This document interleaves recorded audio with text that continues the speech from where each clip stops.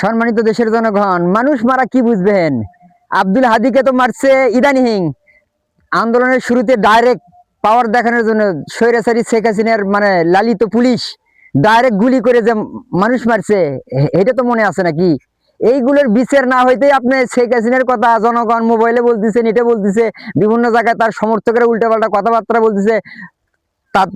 তারা যে অকাম কুকাম করে গেছে, তখন অ্যারেস্ট ওয়ারেন্ট না দিয়ে লাড়ালাপ্পা করে জনগণের সঙ্গে প্রতারণা নেই। অতএব স্বৈরাচারী দমনের জন্য ডক্টর ইউনূস সাহেব, আপনি এমন দলকে ক্ষমতায় দিবেন যে দলটা প্রত্যেকটা মানুষের অন্তরে সারি সারিবদ্ধ মানুষের ভালোবাসা নিয়ে জনগণের সামনে দিয়ে থাকার মতো জীবন মানসিকতা তৈরি করবে। সেই হবে এদেশের প্রধান রাষ্ট্রনায়ক জনাব তারেক রহমান সাহেব। সম্মানিত তারেক রহমান সাহেব, উনি এদেশের মানুষের ভাগ্য উন্নয়ন এবং মানুষের উন্নয়ন কাজেই উনি সর্বদা ব্যস্ত।